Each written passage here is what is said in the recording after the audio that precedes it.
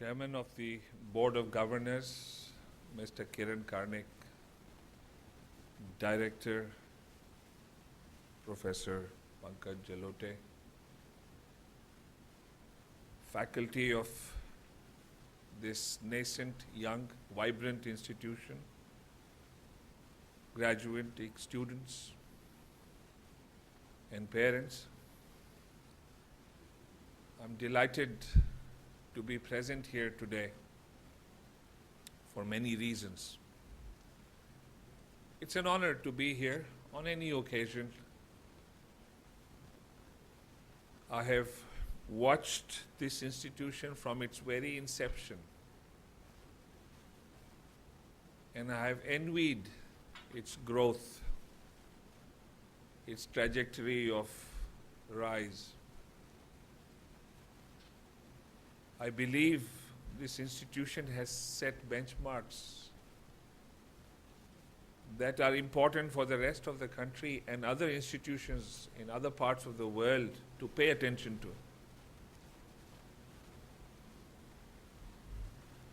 I am also aware of the personalities involved in this story. And today is particularly a day of happy coincidences, some a cause of concern as well, and I'll tell you what I mean by that. Long ago, when I was a school child, I had seen a Hindi movie whose name I forget, but I remember a lyric from the movie which ran something like this: Zindagi ittifaq hai. And when I look back at not just my own life, but generally lives of people I have known or admired, you do get the impression that life does look like a series of coincidences, some happy, some of concern, but a series of coincidences. Today I am here to replace a man, and I speak of Mr. Sam Pitroda, who has been a mentor for me for many years and whom I have admired for all kinds of reasons. I know that I will not be able to fill his shoes, and I'm concerned that he's not well, but I'm also conscious that maybe he would be happy to know that I tried to do my best to make up for his absence. There are other coincidences involved here. Mr. Kiran Karnik has also been a kind of mentor for me for many years. When I set forth in my journey in life and I had certain beliefs and causes that I believed in, there were not many who were willing to look at or pay attention to what I wanted to do. I had some very close colleagues who were on this journey with me, and we kept our heads down, lent our shoulders to the tasks that we believed in, but there were times when we felt that we were not getting anywhere. And then, out of the blue came Mr. Kiran Karnik. And he not only supported our endeavor, he encouraged us, he inspired us, he showed us the way. And if we were able to do something, it was largely because of him.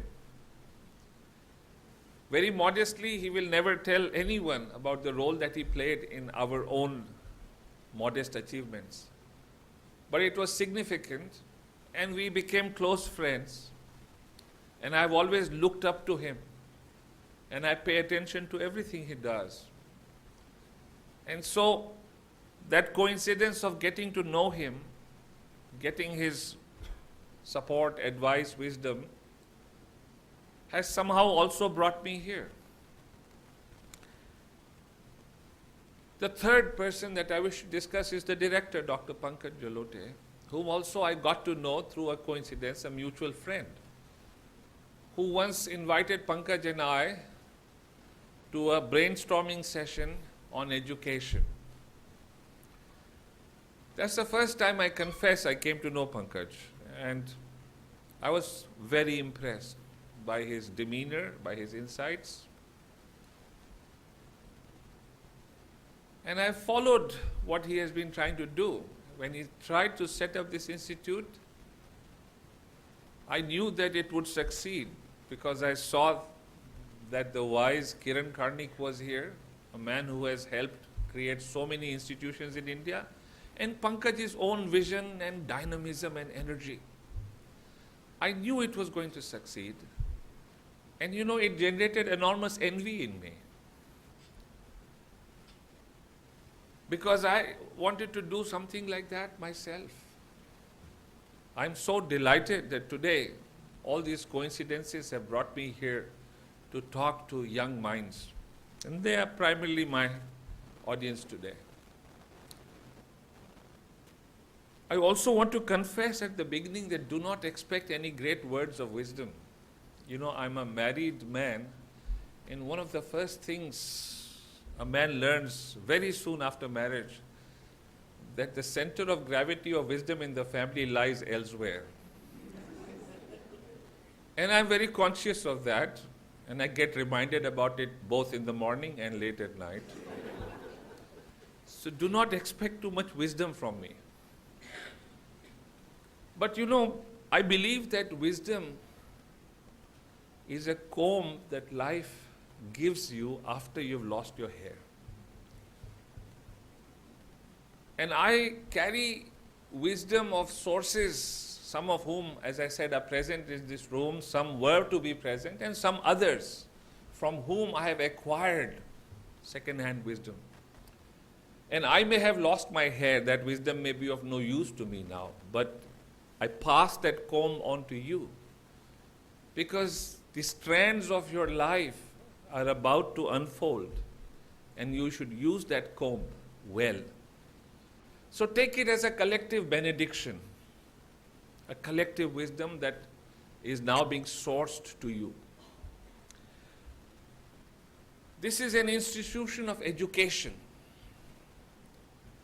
I think we should try and understand what is education. I am a mathematician, and you cannot build a single mathematical structure until you have your definition in place. Unless you have a clear, concise, precise definition, you won't know what you're trying to do and why. And I believe it's important to understand and define education. To my mind, education is a journey, a lifelong journey to discover your own self. It's a personal journey. You have to delve within, find out who you are. Atma Gyan, that's the word. Khud ko pehchanna. Ek antar dhwani, listen to that drum beat within. If you can hark to that drum beat, if you can recognize it, then you've understood a little bit. You will be called a person who is in the process of being educated if you not only recognize that drum beat, but then you march in the world in harmony with that drum beat. Do not worry if you are out of step with others. March to your own drum beat. Don't worry. And you know, if you accept this definition of education, you will understand that it has very little to do with formal institutions of education or instruction. अच्छा है, degree आती है, medals मिलते हैं, ख्याति प्राप्त करते हैं, बुरा नहीं है. पर वो हो न हो, आप प्रशिक्षित उससे नहीं कहलाएंगे. प्रशिक्षित तो तब होंगे जब आप अंतरात्मा की आवाज को पकड़ लेंगे.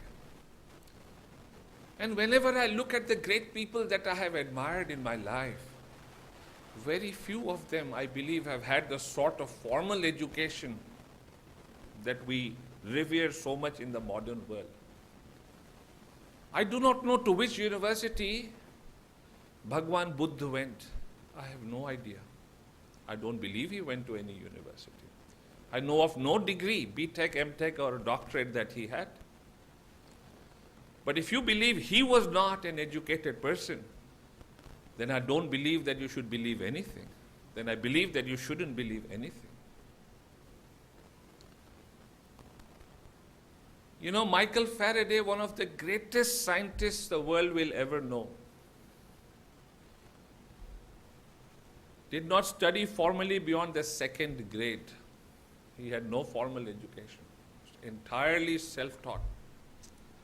But you know, very early in life, he understood this drumbeat within. And he caught hold of it and he marched in the world regardless of what the world had to say. He just kept at it. It's your dharma. That's what Gandhi said. That which you believe in, that inner belief, that core of your being, if you catch hold of that, that's your religion. There is no other definition of religion. That which binds you, jo bandhta hai. And that's your religion. And Gandhi said that for an atheist, it's his atheism that's his religion, and it will take him to his God. So remember this. You must find that dharma within, and that religion, if you adhere to it with complete devotion, it will deliver you to your God, that which you believe in. That's your God.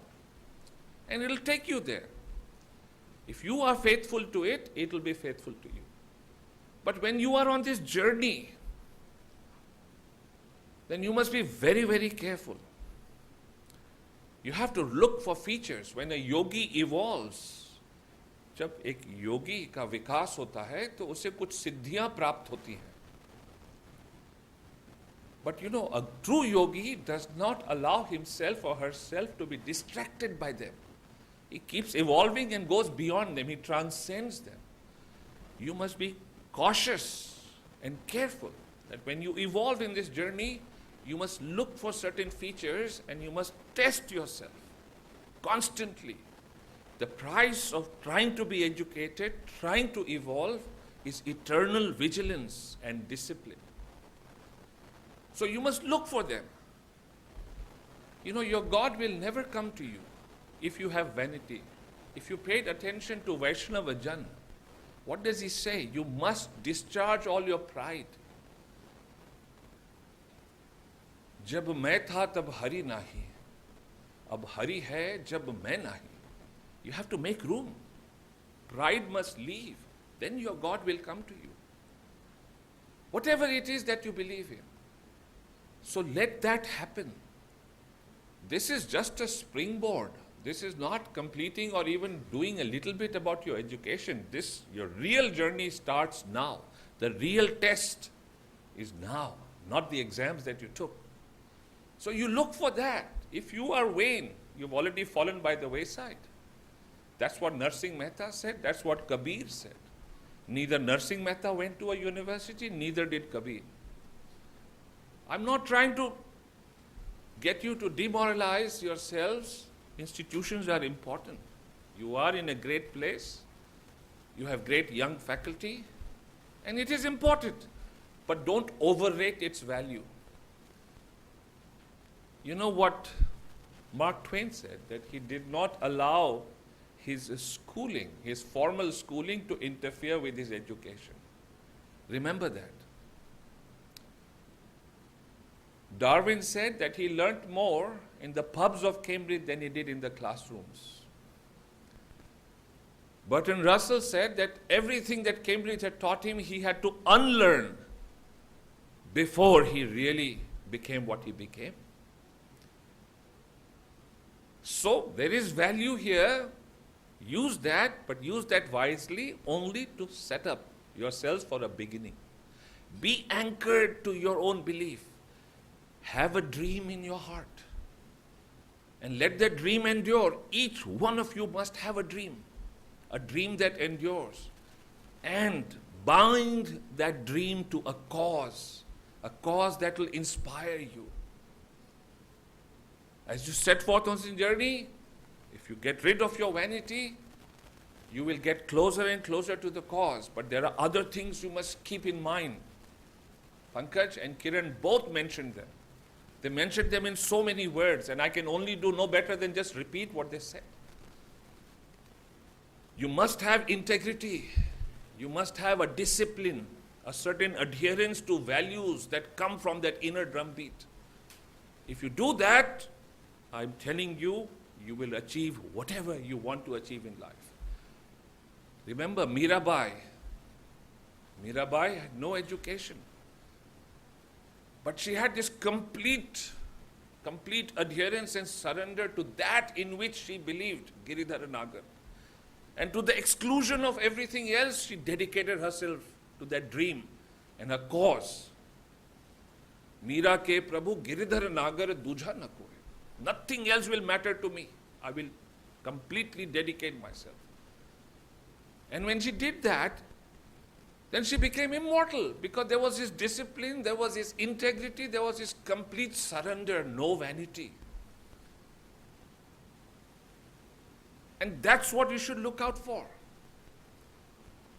You must understand that to the inner, very core of your being. This is the time now to take measure of what is being given you. It's called a Dikshanta Samaroh. You know, in the Mahabharata, during the battle, after Abhimanyu was slain and Arjun returned late evening, and he learned that his son had been slain through treachery, he took a vow that he would either slay Jayadratha the next day or immolate himself. And naturally, this was Arjun, the foremost warrior of his time. And obviously, Jayadratha was worried, terribly worried.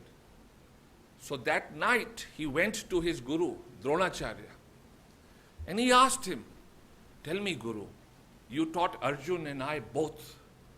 Be honest and frank and tell me who will prevail tomorrow in the battle." And do you know what Drona said? He said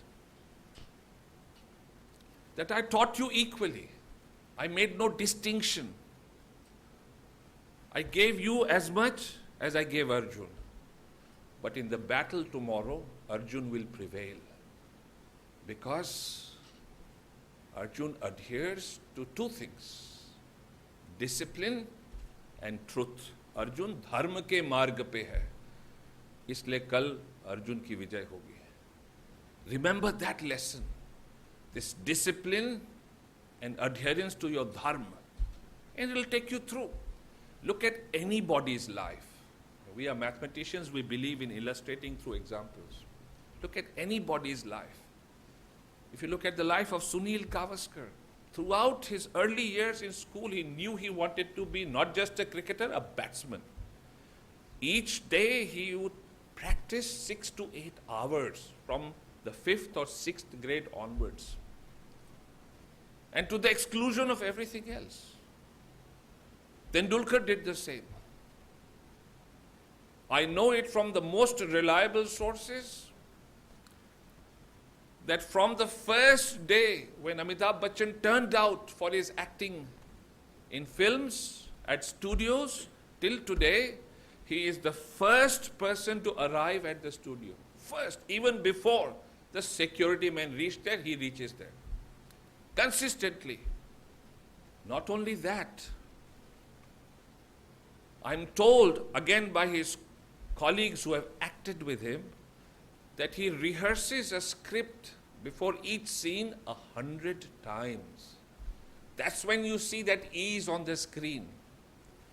Remember, there is great discipline and he believes in acting. I asked him once that when you set out from Mumbai, did you really think you'll become a leading man? He said, no, I had no idea.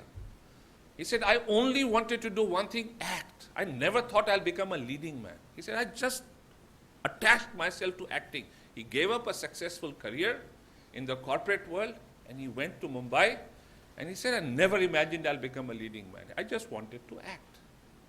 But because of this great adherence to that inner belief, he rose.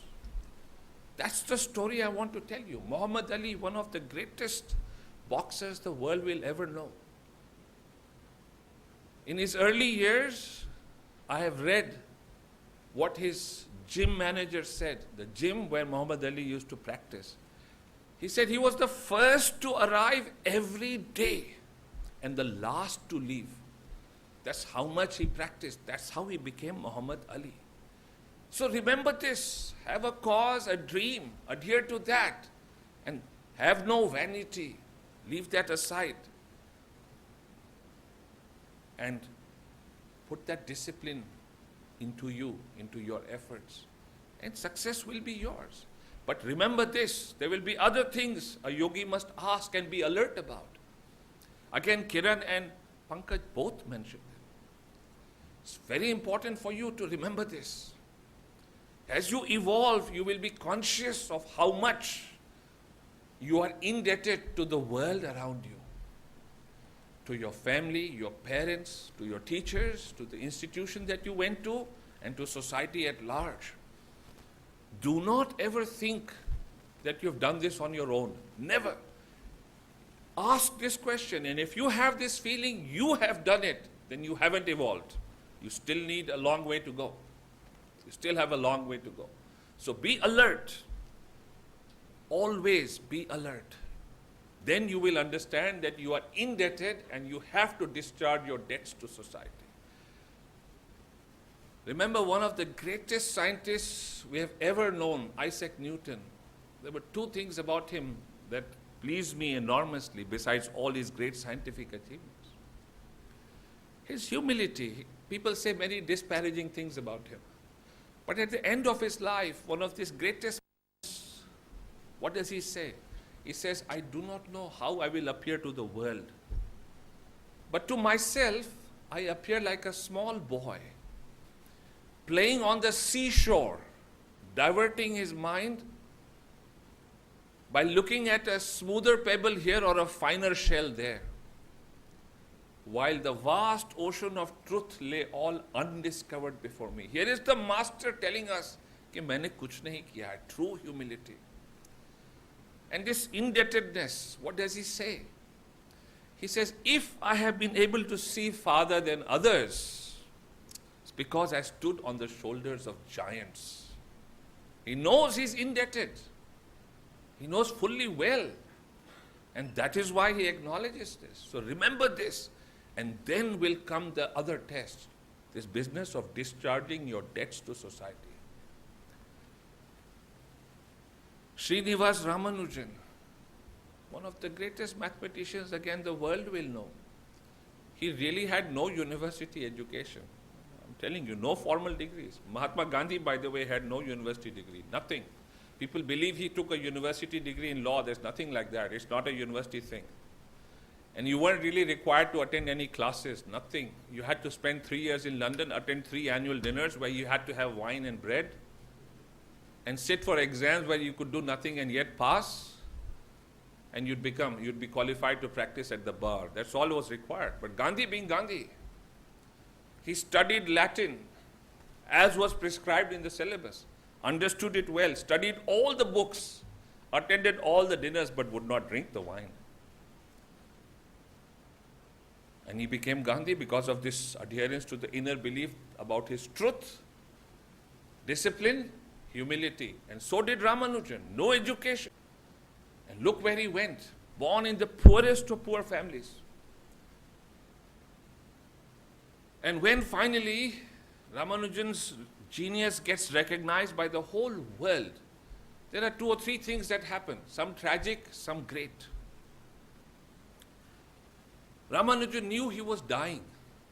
He had come back to India from Cambridge, aware that he was going to die. Incidentally, I have read an account by his wife in his centenary year, written in Tamil, which I had translated by a friend. And she writes he was a great astrologer as well. Now, I don't endorse anything connected with astrology, but this story is interesting. He was a great astrologer and he predicted more than a year in advance his precise date of demise. to his mother and wife both. But remember, when this final stage comes, when you discharge, then in your wake, you make others indebted. When Ramanujan discharged his debts, we become indebted to him. We owe it to him now to do the same, to discharge our debts.